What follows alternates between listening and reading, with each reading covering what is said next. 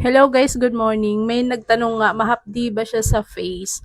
So ito nga pala guys ha, trial set po yung binili ko. So meron siyang isang sunscreen, meron pong sabon, at meron pong melasma cream. Ngayon po, kung meron po kayong ginagamit na ibang product, ire-rest nyo po yung mukha ninyo.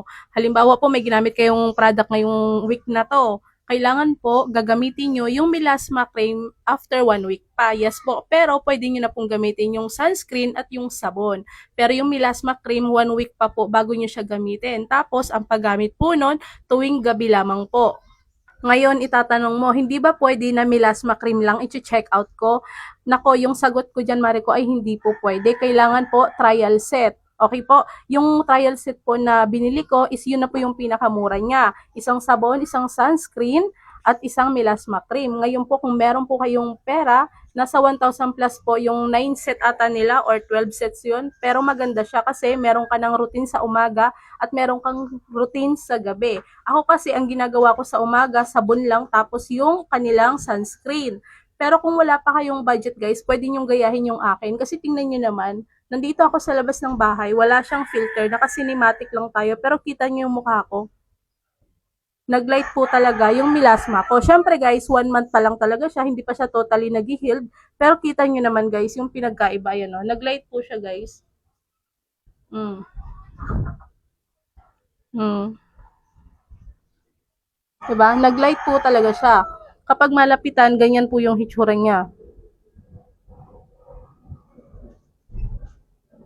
'Di ba? Kitang-kita niyo yung pores, pero kita niyo naman din yung resulta niya na nag-light po talaga siya. Ngayon guys, kung nagdududa kayo, try niyo yung trial set. Kailangan po kapag ginagamit niyo ang melasma cream na to or yung trial set na to, wala po kayong ibang product na gagamitin kung hindi ito lamang po.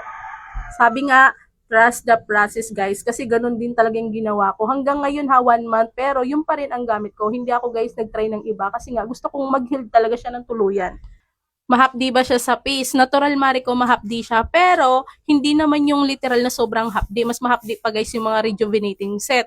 Pero ito, hindi po. Tapos, yung hapdi niya, nakaramdam ako nun after 2 weeks na. 2 to 3 weeks yun. Kasi nga guys, syempre, namamalat na siya. Pero yung maganda doon, hindi siya yung sobrang namamalat. Kasi nga, very light lang. Yung parang paunti-unti lang, ganon.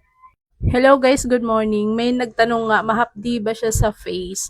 So ito nga pala guys ha, trial set po yung binili ko. So meron siyang isang sunscreen, meron pong sabon, at meron pong melasma cream. Ngayon po, kung meron po kayong ginagamit na ibang product, ire-rest nyo po yung mukha ninyo. Halimbawa po, may ginamit kayong product ngayong week na to. Kailangan po gagamitin nyo yung melasma cream after 1 week pa. Yes po, pero